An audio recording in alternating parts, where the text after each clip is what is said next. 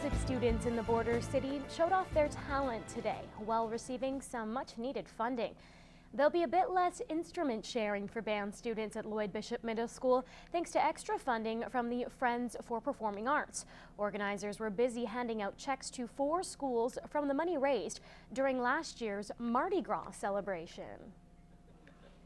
We are very pleased to donate checks to around the high schools and junior highs. We're right now at Bishop Lloyd. We are able to donate a check of $2,660, which will buy them a Barry sax and a French horn and a tambourine for their band program. In total, $11,000 was raised for music programs across the city at last year's party. I'll give them quality instruments to play on, because right now kids are sharing instruments and it's not the best situation. It's a lot of work to put on the event, but that night it's so much fun. The bands are having so much fun. Everyone's dressed up and having a good time. And then when we get to go around and donate the money, it's fabulous because this is money they wouldn't otherwise have gotten. With funding cuts to the schools and stuff, it's really important. This year's event is taking place on February 18th. Big Brothers Big Sisters of Lloydminster is already preparing for its spring Bowl for Kids' Sake event. As Emmett Murphy reports, the night always attracts a great crowd in support of local children. This year, organizers hope to involve more area youth with the cause. This year's Bowl for Kids theme is Let the Games Begin. They can come as their favorite sports hero, as their favorite team. I think we'll probably have a lot of Saskatchewan Rough Riders, I have a feeling. Students at Queen Elizabeth Elementary School had the chance to get the games going early this week. I got to dress up as Waldo and play Wii bowling. This is the second school the organization has started a fundraising campaign in. Last year, students from Jack Kemp raised $400 from selling popcorn over 2 lunch hours. Big Brothers and Big Sisters received even more support from local kids this year. The students at Queen Elizabeth Elementary School raised over $800 through various fundraising, like bake sales and today's Wii Bowling. It's a program that organizers hope to include in all public schools next year. We presented it to them as they're supporting their friends that have an in-school mentor in the school or go to the after-school program, and making it possible for us to offer our services to more kids and to more families. So it's tremendous that they've stepped up to help the agency and to help their friends. Weed is thrilled with the efforts by the students. The kids say they were happy to help. Because I felt like it was something nice to do for them. How does that make you feel? Pretty awesome. Emmett Murphy, Newcap News. Well, there's lots on the go this weekend in the region, including some live entertainment for a cause. The Lashburn Cadets are hosting a Tele-Miracle fundraiser with a special guest. Heather Clagus has details on that and other events to liven up your weekends.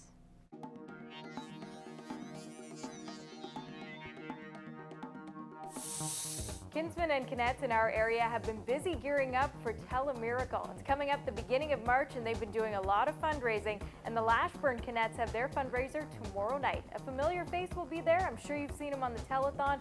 Brad Johnner will be live in Lashburn tomorrow night. You've got a chance to head out, check out the show, and they will also have a silent auction as well, so make sure you place your bid at the Lashburn Hall.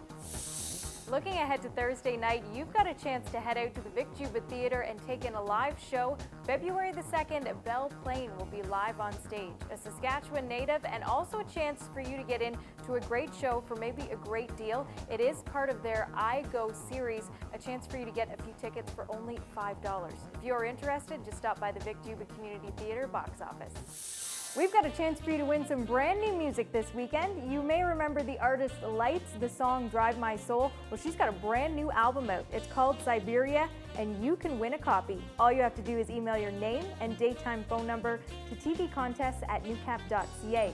We want to say thanks to John at Universal Music Canada for sending us the new music. And looking ahead at the Vic Juba Theatre's schedule, Victoria Banks and Charlie Major will be making a stop here on Valentine's Day, so stop in and get your tickets now. Well, whatever you choose to do this weekend, I hope you have a great one. I'm Heather Clagus, and that's what's happening. What's Happening is sponsored by Winmar Restoration. When flood, fire, or natural disaster strikes, the company you want to call is Winmar Restoration, coming through for you. Finding the perfect pet isn't always easy. From private breeders to local pet stores, there are many options available for those looking to find a furry friend. In this month's Humane Habits, Jennifer Anderson tells us why we should do our research before making a decision.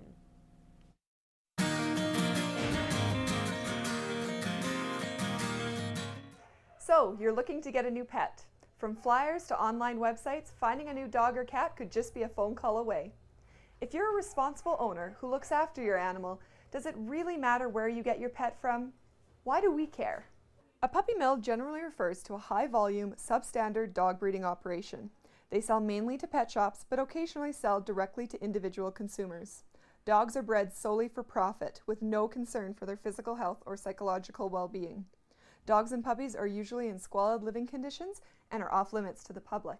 Backyard breeders usually bring two animals together regardless of their quality. They often come from middle to upper income families, and their dogs can be well loved and kept. However, getting a pup from a backyard breeder is a gamble. The parents likely have not been screened for health problems. Puppies usually are not sold with contracts and no future support to the buyer, and the breeders are not in it for the long haul. Although you might pay less from a backyard breeder, it's almost a given that in the long run, you'll pay more in vet bills than you would from a reputable breeder. An accidental breeder is someone that has not had his or her animals spayed or neutered, and an unplanned breeding occurs as a result. Many animals end up in shelters as a result of such accidents. We care where you get your dog or cat from because it directly relates to animal welfare in our community. It's up to you to do your research before buying that cute puppy or kitten. You may think you're saving the life of that animal, but by purchasing it, you're condemning the lives of puppies and kittens to come. No reputable breeder will ever sell their puppies to a pet store.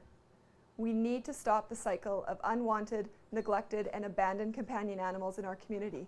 And it starts by changing where people get their pets from. Adopt, or find a responsible breeder. Humane Habits is brought to you by Quick Pick Waste Disposal. Locally owned and operated, and serving urban, rural, and industrial customers in Lloydminster and District.